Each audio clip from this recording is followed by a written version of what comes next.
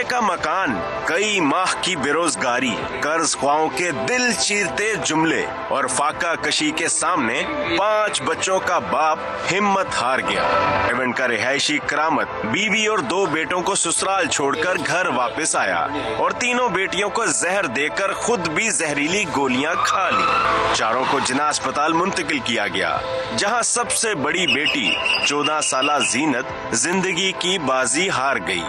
Ambulance कराइयां 2 ते दोवां नूं ambulance ते पा के ना मैं ले गया, मैं जुनाह ले गया। मैं जुनाह जाके ते 12:30 बजे जाके ना बच्ची चीका मारती रही, बस ये कहती मेरे बाप नूं बचा लो, मेरे बाप नूं बचा लो, मेरे बाप नूं ना कुछ होवे। डॉक्टरों का कहना है कि जहरीली गोलियां अपना असर दिखा चुकी।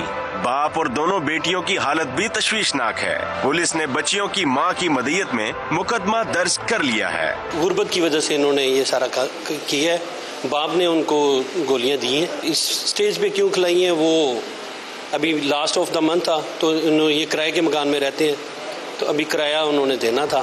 पुलिस ने पोस्टमार्टम के बाद जीनत की लाश बुरसा के हवाले कर दी। ताहम तफ्तीशी टीम ने जय वकुआ से मिलने वाली जहरीली गोलियों को फोरेंसिक के लिए भिजवा दिया है।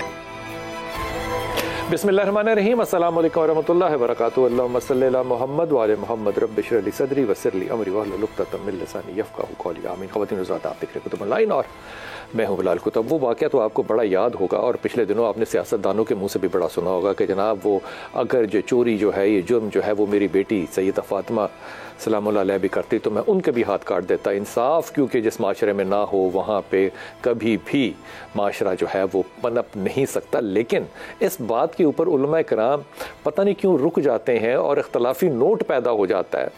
वो पूछेंगे आज अपने मेहमानों से कि जनाब जब ये मामला उमर ख़त्ताब के ज़माने में आया तो उमर ख़त्ताब ने फिर इस हुक्म इलाही को सस्पेंड क्यों किया। वो सस्पेंड जिस भी वजह से किया मैं इसके शरई पहलुओं में हरगिज़ नहीं जाऊँगा, लेकिन ये अर्ज़ करूँगा ज़रूर कि वो सस्पेंड होता है वहाँ पे हमसाया ममालिक में जहाँ 30 रुपए का किलो आटा हो और हमसाए मुल्क में दूसरी तरफ जब 165 रुपए का वही आटा हो तो फिर वहां पे सस्पेंड करने वाले लोग मौजूद नहीं होते। लेकिन बहरहाल इन तमाम चीज़ों के बावजूद हम क्योंकि रियासत मदीना चाहते हैं और इसके साथ साथ हम ऐसा माशरा भी चाहते हैं जहां पे कि लोग भूख से तंग आके, इज्जत नफ्स से तंग आके या किसी भी वजह से इसलिए खुदकशी कर लें कि वो माशरे को फेस नहीं कर सकते। अब इस पर तज्जिए कर लें जनाब नफ्सियाती जो भी हैं, तो आज तक वैसे नतीजा निकल कोई नहीं सका। लेकिन ये वालिद जिसने अपनी 2 बेटों को, अपनी बीवी को अलग छोड़ा ससुराल में, बड़ा सोचा समझा मंसूबा लगता है, फिर अपनी बेटियों को लेकर आया। अब इस पे हो सकता है आप लोगों के तज्जियात और हमारे मेहमानों के तज्जियात बिल्कुल मुख्तलिफ हों। मुझे लगता है कि कहीं से ये आदमी कहीं बाहया ना निकल आए, कहीं से कहीं गैरतमंद ना निकल आए कि वो अपनी बेटियों को इस गुर्बत में, इस माशरे की दरिंदगी के सामने नहीं रखना चाहता था। शायद उसका ख्याल हो कि बेटे जो है वो किसी तरह माँ सस्पेंड कर लेगी, लेकिन बेटियां कैसे सरवाइव करेंगी ये उसकी अक्ल और दानिश में नहीं आया। लेकिन ये बाप होश में आने के बाद जो बयान दे रहा है ना, ज़रा ये सुनिएगा, और अगर अब भी आपके दिल को हाथ ना पड़े तो फिर अपने लिए 2 रकत नमाज पढ़ के दुआ कीजिएगा कि अल्लाह आपके दिलों को नरम करे। एक दिन की वर्किंग नहीं है, तकरीबन मैंने 2 महीने वर्किंग इसके ऊपर की, लेकिन कोई चीज़ समझ में नहीं आया, ज़ीरो का ज़ीरो ही। उसके बाद बैठा ना किसी के साथ ज़बरदस्ती की है। मैंने अपनी बेटियों से पूछा है बताते खुद, बेटा अब क्या करना है इस मामला में। उसने कहा जैसा आप चाहेंगे, ठीक है ना, कोई जोर जबरदस्ती नहीं है, हालात ऐसे थे ना। मैंने उनसे पूछा कि मैं जो मेरी समझ से भी बाहर है, अब क्या करेंगे। उन्होंने कहा जैसा करेंगे। मैंने कहा मैं तो नहीं रहना चाहता। उन्होंने कहा जी हम भी जाएंगे। मैंने कहा जी ठीक है, कैसे है। सबसे पहले मैंने खुद खाई है, उसके बाद उन्होंने खुद आई 2-2 पकड़ी हैं। अल्लाह पे यकीन नहीं था कि वो बेटियां, अल्लाह पे यकीन था, लोगों पे यकीन नहीं था, किसी पे यकीन नहीं था, उस जात पे यकीन था, किसी पे यकीन नहीं था कि जो मेरे सामने नहीं पूछते खाना, बाद में कैसे पूछते हैं। जिंदा को लोग खाना नहीं देते, जो जब मर्दा मर जाता है उसके ख़त्म दिलाते हैं, देके देते हैं। उसका कर्ज नहीं उतारना, उसकी जगह पे हज़ारों रुपए की चैरिटी कर देनी है। ये हमारा माशरा है। जब इंसान गुर्बत में होता है, लोगों के दरवाजे खटखटाता है, उस वक्त लोग उसका मजाक उड़ाते हैं। ये जो बयान दे रहा है, आई वुड रियली लाइक कि इसके ऊपर कोई शख्स जो है वो खड़ा होकर ये कहे कि जनाब इसका ये नफ्सियाती मसला था, ये नफ्सियाती मसला था। क्या जुड़े हुए जुमले और क्या लॉजिकल कनेक्टिविटी के साथ वो बात कर रहा है। लेकिन मेरे ख्याल में अगर मेरे पास ज़िंदगी में कभी ताकत हुई, जो कि नहीं होनी, तो मैं ईमानदारी से कह रहा हूँ कि इस बच्चे इस शख्स का स्लॉट और इसकी बेटियों का स्लॉट, हर वो शख्स जो कि असेंबली में जाके हल्फ लेना चाहता है कुरान पे हाथ रख के, वो पहले इसको सुने कि उनकी गैर जिम्मेदारी की वजह से इस माशरे के अंदर जो तश्कील पा रही है लोगों में, वो सोचे सुलझे लोगों के साथ सोच समझ के अपनी औलाद को सामने बिठाइएगा और फैसला कीजिएगा कि आज उन्होंने भी मरना है और आपने भी मरना है। ज़रा ये टेस्ट करके देखिएगा, फिर आपको पता चले कि इस बाप के जज्बात इस वक्त क्या होंगे जो हथकड़ियों में ये जवाब दे रहा है, क्योंकि आपने उसके ऊपर कत्ल भी डाल दिया और अब इसकी बीवी जो है वो इस गुर्बत में अपने बेटों के साथ इसको कैसे भुगतेगी, वो भी बात करेंगे। सलमान जफ़र हमारे साथ हैं जो ASP हैं रायविंड लाहौर के। अस्सलाम वालेकुम, खैरियत से आप? अल्हम्दुलिल्लाह। हमारे साथ इंतहाई मोहतरम जहां आरा राना साहिबा, अस्सलाम वालेकुम। आप पहली दफ़ा तशरीफ़ लाएँ, आपको बहुत वार्म वेलकम। हमारे साथ अल्लामा ताहिर शफ़ी साहब होंगे और हमारे साथ उमर यकूब हैं जो कि हमारे रिपोर्टर हैं, और सारिम बरनी जो है वो भी कराची से ज्वाइन करेंगे। उमर यकूब, आप पहले थोड़ा सा इसका सैको सबाक बताइएगा। हमने सुन तो लिया इस मामले में जो बाप की राय है, बच भी गया, पता नहीं इसको मैं खुशकिस्मत कहूँ बच गया या बदकिस्मत कहूँ बच गया, कैसे ज़िंदगी गुजारेगा, करेगा, जो भी आप उमर यकूब इस बारे में रिपोर्ट करना चाहें फरमाइएगा।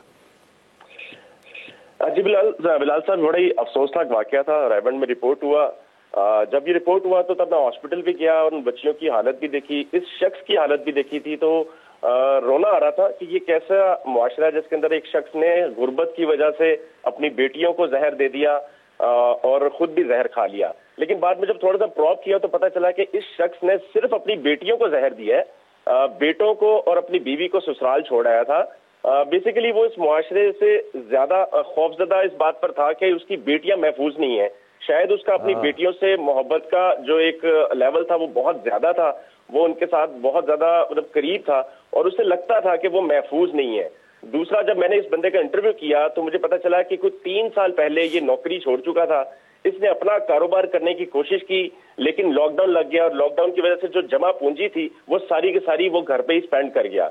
अब इसके घर के हालात भी थोड़े से आपको बता दूं कि इसका घर किराए का घर है और उस घर के अंदर एक अदद फ्रिज पड़ी हुई है, एक ओवन पड़ा हुआ था, एक LCD पड़ी हुई थी। मतलब हालात बुरे जरूर हैं, लेकिन इस हद तक नहीं है कि घर में कोई चीज मौजूद ना हो और ये बिल्कुल मांगने पे आ गए हो। लेकिन जब मैं रात को जब इसका मैं इंटरव्यू कर रहा था तो ये यही बता रहा था कि ये जब मुफलिसी के वक्त में, जब बेरोजगारी के वक्त में अपने रिश्तेदारों के पास गया, अपने जानने वालों के पास गया, तो किसी ने काम भी नहीं दिया और लोग इसे हकारत की नजर से देख रहे थे जैसे ये उन पर बर्डन बन जाएगा। तो कहता मुझे सबसे ज्यादा दुख इस बात का था कि जिन लोगों के साथ अच्छे वक्त में ये अच्छा बन के रहा वो इससे मुंह फेर गए थे और उसको यही लग रहा था कि अगर आज इसको कुछ हो जाता है तो इसकी बेटियां महफूज नहीं है। इसने ये कदम उठाने के लिए 2 महीने प्लानिंग की है। वो ये कह रहा है कि ये अचानक नहीं हुआ, वो कहता है वो 2 महीने से प्लानिंग कर रहा था कि किस दिन अपनी बेटियों को जहर दूंगा और बाद में खुद भी जहरीली गोलियां खा लूंगा। और जिस दिन ये वाकया पेश आया उस दिन ये अपनी बीवी और बेटों को छोड़ के आया। वापस आके इसने अपनी बेटियों से मशवरा किया है कि बेटा तुम बताओ कि क्या करें।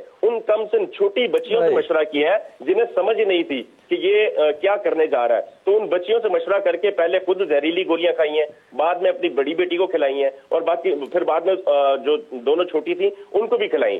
तो बड़ी बेटी वो सर झुका के कह रही थी बाबा जो आपको ठीक लग रहा है वो आप कर लें।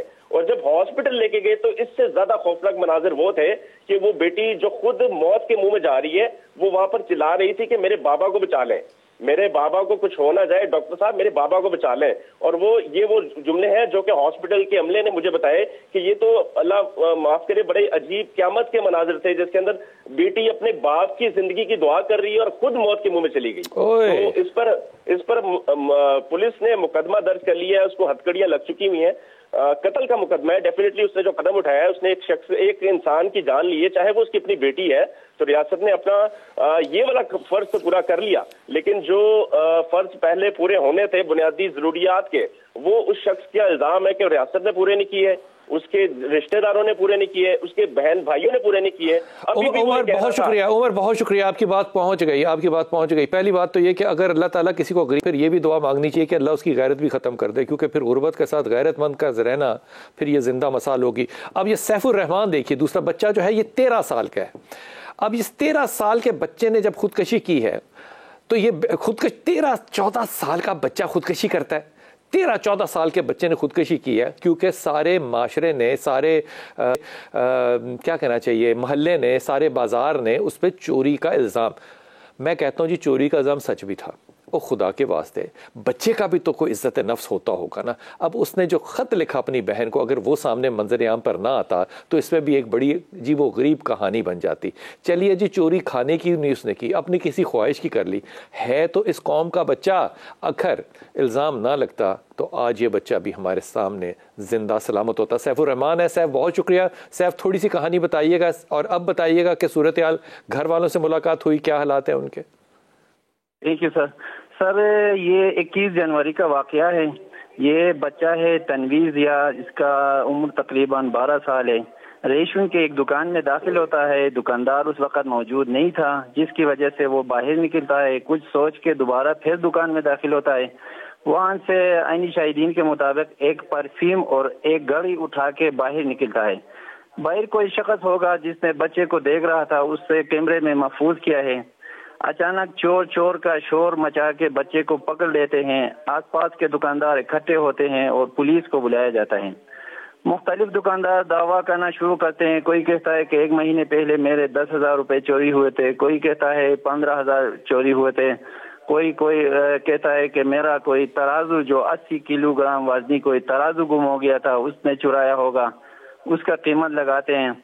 तो काफी लोग जमा हो जाते हैं कि बस सारे जो 2 महीने के अंदर जितनी चोरियां हुई थी तो वो सारे इस बच्चे के ऊपर डालते हैं ना। तो इस वक्त पुलिस को बुलाया जाता है। पुलिस को फोन करके बुलाते हैं तो वो बच्चे को ले जाता है, नजदीक चौकी है वहाँ पे रहते हैं। तो यहाँ पुलिस से जब हमने पता किया, पुलिस का मौक़िफ़ ये है कि हमने बच्चे को इसलिए कस्टडी में रखा गुड फेथ में कि ये लोग बच्चे को नुकसान न पहुँचाए। इसके बाद इस तरह हुआ है कि पुलिस इन लोगों को बुलाता है, इनके वालिद साहब को बुलाता है घर से। तो वालिद साहब घर से आके ये जितने इल्ज़ाम लगाए थे इन लोगों ने सबको कबूल करता है कि मैं आपको कंपनसेट करूंगा। तो पुलिस के सामने ये सुलह राजीनामा है। तो फिर बच्चे को ले जाता है घर में जाने के बाद पता नहीं वो रात गुजारता है। सुबह उठ के घर से निकलता है। अम्मी अभी इसको देख रही थी। तो आगे जाके सामने गांव ने परपिच उसके साथ एक पुल है। तो वहां से अम्मी को ना हाथ हिला के उसने खुद को दरिया के बेरहम मौजों के हवाला करता है। बस अम्मी बेबसी की तस्वीर बनी देख रही थी बच्चे की लाश। फिर बाद में ये एक नजदीकी गांव है बरनीस, वहां से फिर बरामद किया गया। तो ये बाद में जब उसकी सरहाने से ना ये रुपया मिला है। आपकी सारी बात पहुंच गई। उमर को आपने भी बात पहुंचा दी। अब वो जो माँ जो है वो आखिरी हाथ हिलाना उसका बच्चे का कैसे याद करेगी, इसके ऊपर मुझे नहीं पता क्या रद्दमल देना चाहिए। लेकिन मेरे ख्याल में अगर किसी को हथकड़ी लगनी चाहिए थी तो वो मुझे और आपको लगनी चाहिए थी, इस मास्टर को लगनी चाहिए थी, यहाँ के हाकिमों को लगनी चाहिए थी, यहाँ के उन लोगों को लगनी चाहिए थी जिन्होंने 12 साल के बच्चे को इतना तेज़ और तरार समझा कि वो सारी जो शहर की वो उसी के ज़िम्मे में है। मैं ईमानदारी से खुदा की कसम समझने से कासिर हूँ कि लोगों का जो एप्टीट्यूड डेवलप हो रहा है वो 12 साल के बच्चे के ऊपर अगर ये हो रहा है तो 24 साल का आदमी अगर ये होता तो क्या मुख्तलिफ होता, मुझे नहीं पता क्या है। लेकिन अल्लामा ताहिर अशरफी साथ हैं। ताहिर भाई अस्सलाम वालेकुम। वालेकुम अस्सलाम व रहमतुल्लाह। ताहिर भाई अस्सलाम वालेकुम। ताहिर भाई मुझे बस ये बता दीजिए कि क्या इस मुल्क में ये फतवा दिया जा सकता है कि हजरत उमर खत्ताब की सुन्नत को बरकरार रखते हुए जो भूखा है उसकी चोरी की सजा जो है वो माफ है, वो चोरी कर सकता है? अगर उमर खत्ताब ये कर सकते हैं तो मेरी और आपकी क्या हैसियत है? बिस्मिल्लाहिर्रहमानिर्रहीम नहमदुहु व नुसल्ली व नुसल्लिमु अला रसूलिहिल करीम।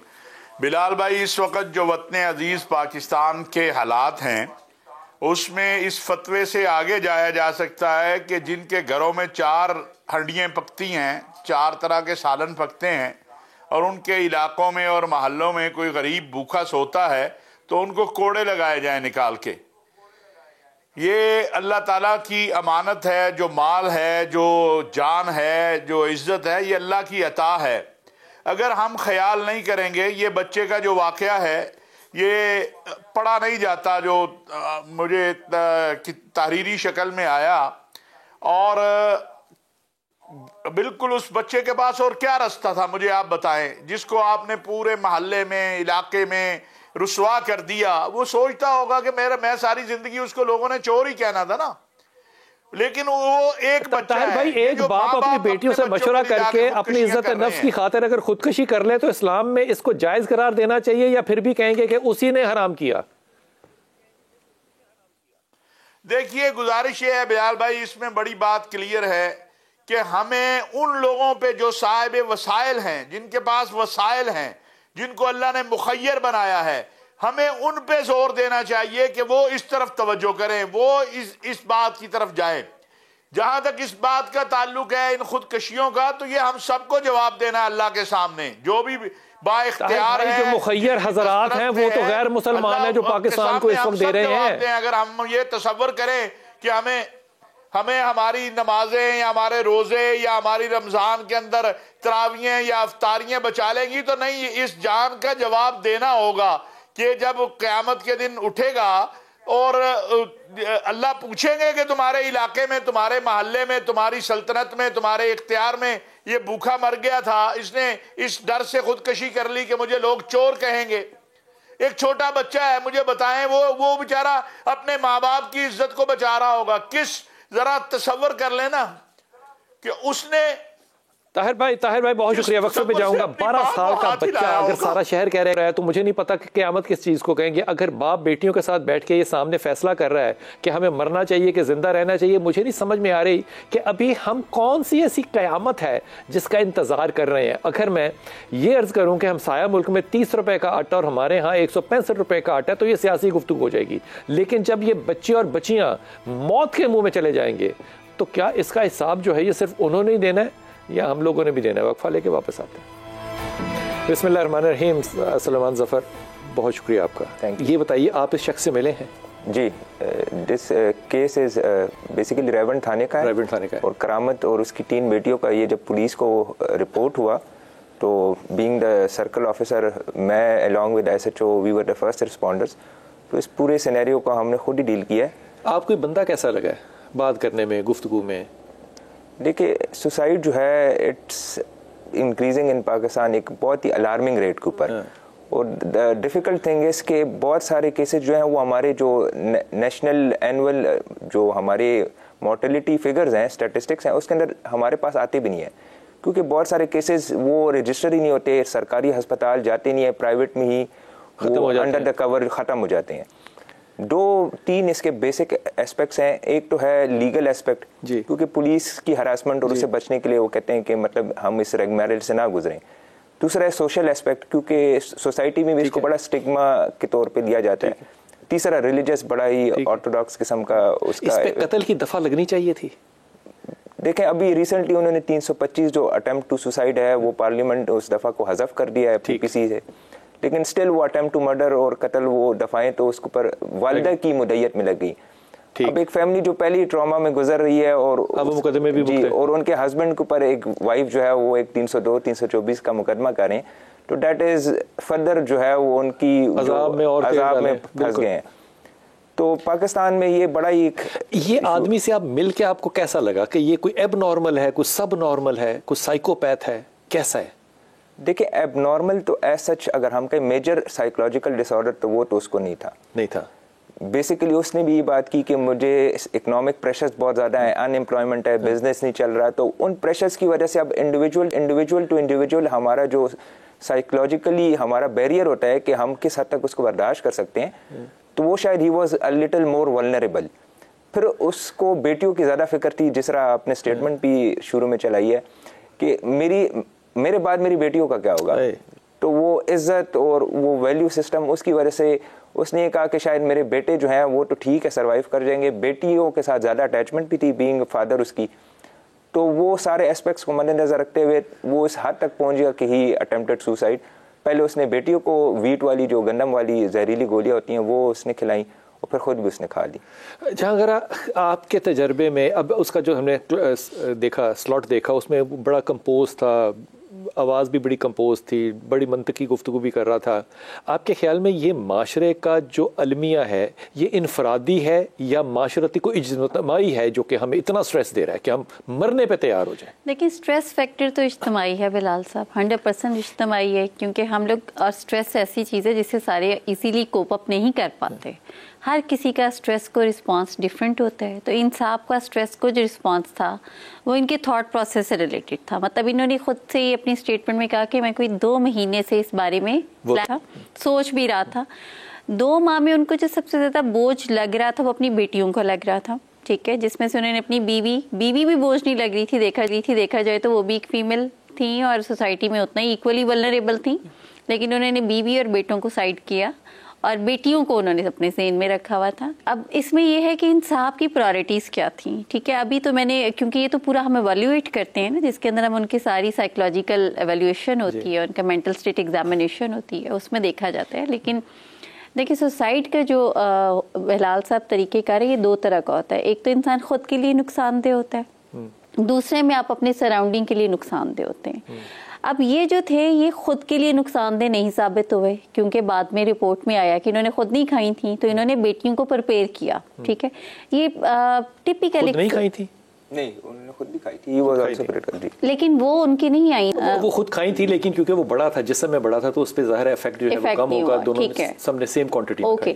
लेकिन साइकोपैथ जिसे हम कहते हैं ना, एक टेंडेंसीज वो जरूर इनकी अपीयर हो रही हैं, यानी ये वल्नरेबल। ये साइकोपैथ है तो इस माशरे में तो फिर किसी को नॉर्मल कंसिडर करना बड़ा मुश्किल होगा, इतना कंपोज्ड आदमी गुफ्तगू कर रहा है। बिल्कुल आपका जो दुख है या आपका जो बयान या आपकी फीलिंग्स बिल्कुल ट्रू हैं। मुझे भी देखते हुए उतनी ही तकलीफ हुई, खास तौर पे ये कि it is not easy specifically बाप के लिए इतना बड़ा स्टेप लेना, मगर अनफॉर्चुनेटली हम जब साइंटिफिकली किसी भी बिहेवियर को असेस कर रहे होते हैं तो हमें थोड़ा सा अनबाइस्ड होना पड़ता है। सुसाइड के लेवल पे कब पहुंचता है इंसान? अच्छा, सुसाइड के लेवल पे देखें, देर द पूरा एक आपका प्रोसीजर होता है। एक तो आप कितने वल्नरेबल, हाँ, कभी भी सडन नहीं होता, आप प्रॉपर प्लान करते हैं। तो 12 साल के बच्चे ने कितने साल सोचा होगा सुसाइड के लिए? देखिए 12 साल के बच्चे का ये है कि उसका कितना प्रोवोकिंग एनवायरनमेंट था। जैसे पुलिस ने उसको कस्टडी में रखा, लान तान बहुत हुई होगी। अच्छा, ये अब हमारी इमोशनल ब्रेन पे बहुत डिपेंड कर रहा होता है, हम कितने इमोशनली स्टेबल हैं, कितने वल्नरेबल हैं। अब कुछ लोग ऐसे हैं जिनको सारी उम्र में भी अब देखें लान तान करे, जैसे ये फर्क नहीं पड़ता, उन्हें नहीं पड़ता। मैं सारम को भी शामिल करता हूं। सारम, ये सारी बात आपने सुनी है, आपके पास भी बहुत से ऐसे खवातीन हैं जो कि ज़ाहिर है माशरे में से बड़ी दुखी लिहाज से यहाँ पहुँचती हैं। इनमें से सुसाइड करने वाले मामला जो है वो कितने नज़र में आते हैं, और इस सुसाइड के बारे में दोनों सूरतों में आपकी एक जल्दी से राय दे दीजिएगा। बिलाल भाई, सबसे पहले तो मैं इस सुसाइड की मुखालफत करूंगा, और इसको हम हमदर्दी या सपोर्ट नहीं कर सकते मेरा ख्याल है, क्योंकि इसने तो खुदा की खुदाई अपने हाथ में लेना चाहिए। और इससे मैं ये पूछना चाहता हूँ कि फिर तुम्हें क्या मिला? क्या तुमने अपनी जान दे दी? तुम्हारी जान चली गई? तो मैं समझता हूँ कि ये सिर्फ एक ये रास्ता बना लेना कि जी खाने को नहीं है, परेशानी है, घर का रेंट नहीं है, तो हम जाके खुदकुशी कर लें। तो हम क्या मैसेज दें पब्लिक को कि ये तो हर आजकल जो हालात है मुल्क के, हर दूसरे तीसरे बंदे के साथ ये मामला चल रहे हैं, लेकिन लोग जी रहे हैं, लोग रह रहे हैं, लोग अपने अखराजात कम कर रहे हैं।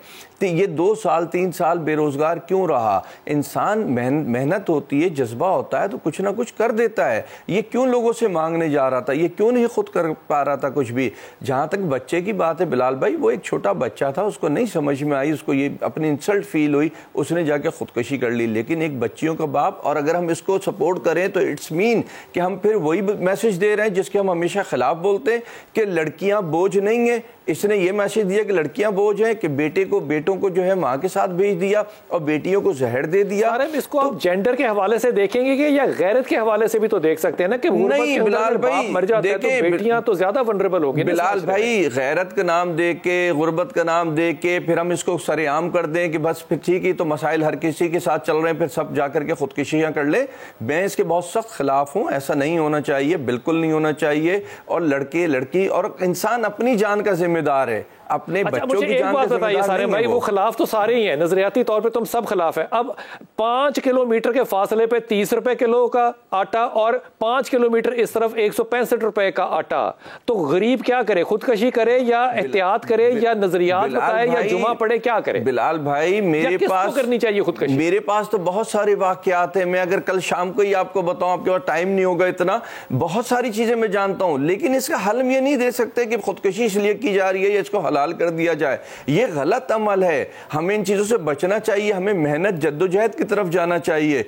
कम खा लें, एक वक्त खा लें। हम बाहर की जहां मसाले देते हैं, आप उन्हें जा करके तो देखें, वो एक एक वक्त खा करके गुजार, बड़े साहिब हैसियत लोगों की बात कर रहा हूं, लेकिन वो अपनी मेहनत जद्दोजहद में लगे होते हैं। की सारे भरनी बड़ी सही बात की। अल्लामा ताहिर साहब, आपने बात सुनी, हुजूर अक़दस, मैं तजर्बे से ये बात बता रहा हूं कि जब कोविड शुरू हुआ ना, तो यकीन कीजिए अगर मैं जाता था ना 7 फैक्ट्री के पास लेबर लेने के लिए, तो वो लेबर काम करना नहीं चाहती थी, लेकिन वो एड लेना चाहती थी। और एक वक्त ऐसा आया कि वो एड के डब्बे वापस बिकने के लिए बाजार में आ जाते थे।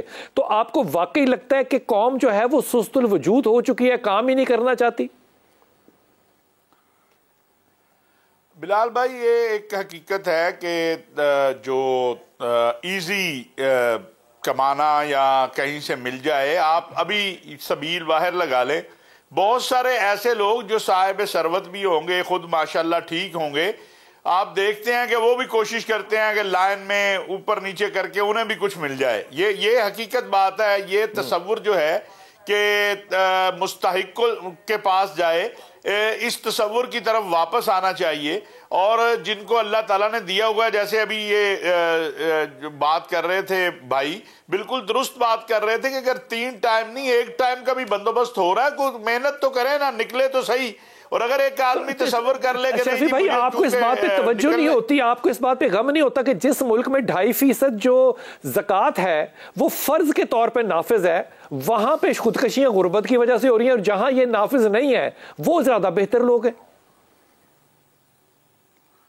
देखिए ना, वो जो कहा था ना मिस्री मुफक्कर ने कि मैंने इस्लाम मुसलमान मिस्र में देखे और इस्लाम यूरोप में देखा, तो ये इसमें तो कोई शक नहीं है। हमें अपनी इस नालायकी को मानना चाहिए। क्यों नहीं मानते हम? अगर हमारे लोग ज़कात प्रॉपर अंदाज से दें, हमारा सरमायादार जिसके पास अरबों रुपए है, वो भी जब ज़कात की बारी आती है तो मौलवी साहब को ढूंढता है। यार जेडीसी यहाँ रोटी बांटता है कराची सारे को, सैलानी जो है वो सारे पाकिस्तान में रोटी बांटता है, यतीम बच्चे हो जाए, लावारिस बच्चे हो जाए, वो ईदी लेने को तैयार है। इतनी सहूलतें किस मुल्क में है दुनिया के? बिल्कुल ठीक बात है, लेकिन बात यह है बिलाल भाई, रवैये भी बदलने की ज़रूरत है, अंदाज भी बदलने की ज़रूरत है। अब देखिए, एक मसला और भी पैदा हो गया, और वो जो ये बात अभी आपने की या ये भाई साहब कर रहे थे, वो ये है कि लोग अब थोड़ा सा झिझकते हैं कि यार ये मुस्तहिक भी है कि नहीं है, क्योंकि एक खला एतमाद का जो है वो पैदा हो गया है। लेकिन इसके बावजूद मैं समझता हूँ कि हमें साहिब सरवत मुखय्यर हजरात से ये दरख्वास्त करनी चाहिए कि वो अपने इर्द गिर्द, अपने ख़ानदानों में, अपने मुलाजमों में, अपने महल्लेदारों में ऐसे लोगों को तलाश करें और उनकी मदद करें कि जो है मुखय्यर हजरात से ये दरख्वास्त नहीं है कि वो ज़कात खैरात दें, और मेरी तो दरख्वास्त है वो अपने पैसों से फैक्ट्रियां लगाएं, यहाँ पे कारोबार दें, लोगों को नौकरियां मिले, यहाँ पे अपनी बिजली पैदा करें, अपनी गैस पैदा करें, ताकि इस मामले में कोई सस्टेनेबिलिटी आए। सलमान, बड़ी ईमानदारी से, कोविड के 3 साल ले लीजिए, आपको लगता है कि क्राइम जो है ये यूथ के अंदर ज्यादा आया है या नहीं आया? जी बिल्कुल। अगर पुलिसिंग पर्सपेक्टिव से देखें तो एक तो हमारे ऑर्गेनाइज गैंग्स होते हैं, but that is very limited, और कुछ हमारे केसेस में वो इन्वॉल्व होते हैं। इन द लास्ट 2 years जो हमारे माइनर स्नैचिंग और बाकी सर की वारदातें हैं, इनके अंदर 2 मेजर इंक्रीजेस आए हैं। उसमें एक गुर्बत और इकोनॉमिक क्राइसिस की वजह से भी है, दूसरा नारकोटिक्स और इनके यूज़ की वजह से। नशा जी। तो वो जो लेता है, किसी का पर्स छीनता है, तो वो 2,500-3 हज़ार रुपए की कहीं से पिस्तौल भी तो कम वक्त खरीदता ही है ना? जी बिल्कुल। लेकिन सिर्फ 22 रुपए की गोली भी डालता है उसमें, ये नहीं तो अगर उसके पास है तो वो फिर स्नैच क्यों कर रहा है? देखें, इस तरह के केसेस भी रिपोर्ट हुए कि लाइसेंस पिस्टल जो है वो उन्होंने चोरी करके स्नैच करके उन्होंने इस्तेमाल करनी शुरू कर दी, डमी यूज़ करना शुरू कर दिए, मोटरसाइकिल पे जा रहे हैं, कोई मोबाइल पे बात कर रहे हैं, उससे मोबाइल स्नैच कर दिया विदाउट एनी फायर आर्म। जी, जो जितनी यूथ है, मैं यूथ फिगर की बात कर रहा हूँ, 22-23-30 साल तक की बात, ये गुर्बत की वजह से करते हैं या शौकीनी है इनकी, या ज्यादा करना चाहते हैं, कुछ शो ऑफ करना चाह रहे होते हैं? देखिए, इसमें ज़्यादा जो अभी रीसेंट वेव आई है वो गुर्बत और नारकोटिक्स या आइस के इस्तेमाल, इन दो वजूहात की वजह से बहुत ज़्यादा अलार्मिंग इंक्रीज़ आया है। जो ऑर्गेनाइज गैंग्स होते जिनका कोई फैमिली बैकग्राउंड होता था वो हैं, लेकिन वो बड़े लिमिटेड हैं। सलमान, अगर आप मुझसे कहेंगे ना कि मैं लाहौर में नहर की उस तरफ या नहर के इस तरफ आपको तकरीबन 100 ऐसे जगह बता सकता हूँ जहाँ नशा बिकता है, क्या पुलिस को नहीं पता? बिल्कुल, जिस हद तक पुलिस को रिपोर्ट होता है तो हम उनको पकड़ते भी हैं, उनके खिलाफ प्रॉपर केसेस भी होते हैं, लेकिन मे भी जो है थोड़ी शायद हमारी कोताहियाँ होंगी, कुछ जो है वो जुडिशल सिस्टम की एज अ होल कोताहियाँ होंगी कि वो वापस दोबारा जेलों से बाहर आके दोबारा वही काम शुरू कर देते हैं। जी, एक ज़ाहिर है एक अदारे का काम नहीं, जहाँ अगर ये वाकई अगर आप साइको एनालिसिस करें इस कौम का, बहसियत कौम, तो आपको लगता है कि हम वेले और लूट मार करने वाले लोग ज्यादा डेवलप हो चुके हैं? 100% हम 100% लूट मार करने वाला, हम मांगने में हमें नीचे से लेके और ऊपर तक हमें जो है वो मांगने का बहुत शौक है। हम लोगों को अपनी क्वालिटीज़ पे बिल्कुल भी ट्रस्ट नहीं रह गया। कोई ऐसे फोरम्स नहीं है जहाँ पे ये बताया जाए कि आप अपनी क्वालिटीज़ को किस तरह से यूटिलाइज करें। कहीं पे एप्रिसिएशन नहीं है। यूथ ने देखा देखी, हम लोगों ने जो अभी आपने क्वेश्चन किया इनसे कि यूथ शौक से करती है, तो शौक से भी करते हैं। मैंने बहुत लूटमार करते हैं लड़कों को, खुद I am teaching also in universities, तो वो शौकीनी उनके अंदर होती है ये, प्लस एडिक्शन का बहुत ज़्यादा। यानी हमारी हैबिट्स बीइंग नेशन सारी वो हैं जो अयाशी वाली हैं, बिगड़े हुए नवाब हैं, और हालात हमारे वो हैं कि हमारे दूसरी एक्सट्रीम पे खुदकुशियाँ घरों में हो रही हैं, चूल्हे नहीं जल रहे हैं। मतलब हम लोग टोटली बीइंग नेशन एक जहनी तौर पे इंतहाई पसमानदा जिसे कहते हैं ना हालात का शिकार हो चुके हुए हैं। प्रायोरिटीज़ बिल्कुल नहीं है हमारी। ये कब से लगता है? हमेशा से ऐसे ही लगता है आपको? हमें ऐसे ही थे? देखिए, हमेशा से तो मेरा नहीं ख्याल ऐसा होता होगा, क्योंकि हमारे पास बहुत सारी ऐसे अपनी ही अचीवमेंट्स भी हैं कंट्री के अंदर, बहुत सारे अचीवर्स भी मौजूद हैं। अभी भी देखा जाए तो जहाँ पे 10 खबरें हमें बहुत बुरी मिलती हैं तो एक बड़ी अच्छी भी सुनने को दिल खुश हो जाता है देख के, लेकिन अपने उन पे हम लोगों ने एफर्ट करना छोड़ दी है। जब तक हम लोग ये कहेंगे ना कि एक इंडिविजुअल लेवल पे कि मैं बैठा हूँ फिक्र ना करो, तो दूसरे बंदे को हम मोटिवेट नहीं कर सकते कि वो अपनी जिम्मेदारी खुद उठाए। सारे मेरे साथ है। सारे ये जो बात की ना जहाँ अगर आने, ये बड़ी चुभी मेरे दिल के अंदर। मैं 8वीं क्लास से ट्यूशन पढ़ा रहा हूँ और मैंने नहीं देखा 8वीं क्लास के बाद कि मैंने अपने बाप से या माँ से पैसे मांगे हों, बल्कि मेरे ख्याल में मैं देने वाला बन गया 8वीं क्लास में, और अपने क्लास स्टूडेंट को, मैं क्लास वालों को ट्यूशन पढ़ाता था। मैंने पिछले 20 साल 25 साल में मुझे पढ़ाते हुए हो गए, मैंने आज तक किसी तालिब इल्म को नहीं देखा कि वो अपनी ज़रूरत जो है वो खुद पूरी कर रहा हो, वो हमेशा हाथ ही फैला रहा होता है। मुझे लगता है ये नेशनल कैरेक्टर जो बन गया ना हमारा, एक मांगने वाला, दस्तरखान बिछाने वाला, लोगों को देने वाला, इस पे भी दोबारा से हमें नजरसानी शायद करनी पड़े। बिलाल भाई, सारे बहुत शुक्रिया कि आपने खुद वो बात दोहरा दी दस्तरखान वाली। मैं समझता हूँ कि जो हम दस्तरखान लगा रहे हैं ये कौम को और मजीद बेकारी बना रहे हैं। अगर हमने मदद करनी है उनके घरों के अंदर तक मदद करें।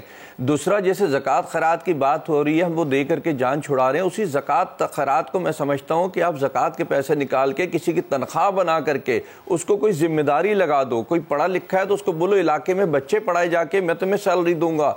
बिलाल भाई, हमें अपने सिस्टम को, अपने निज़ाम को, अपनी सोच को बदलने की ज़रूरत है, बेकारीपन से निकालने की ज़रूरत है। आपने अपने निज़ाम को और सिस्टम को बदलने की ज़रूरत है। मुझे नहीं पता ये निज़ाम और सोच नहीं है, लेकिन जब जहां ने कहा ना तो मेरा ख्याल था कि वहां पे पुप करके बीप लगा देंगे कि जनाब नीचे से लेके ऊपर तक सारे लोगों को मांगने की आदत पड़ गई है। लेकिन मामला ये है कि जब हम मांगते हैं, झोलियां फैलाते हैं, तो फिर हमें आगे से मिल जाता है। फिर हमारा वह डंडा जो चलता है ना, वो मेरी तरफ से 2 लोगों पे चलता है, या वो मौलाना साहब पे चलेगा कि तो आपके मेंबर नाकाम हो गए, या वैसे यूनिफॉर्म लोगों पे चलेगा कि जी आपके निज़ाम ठीक नहीं है।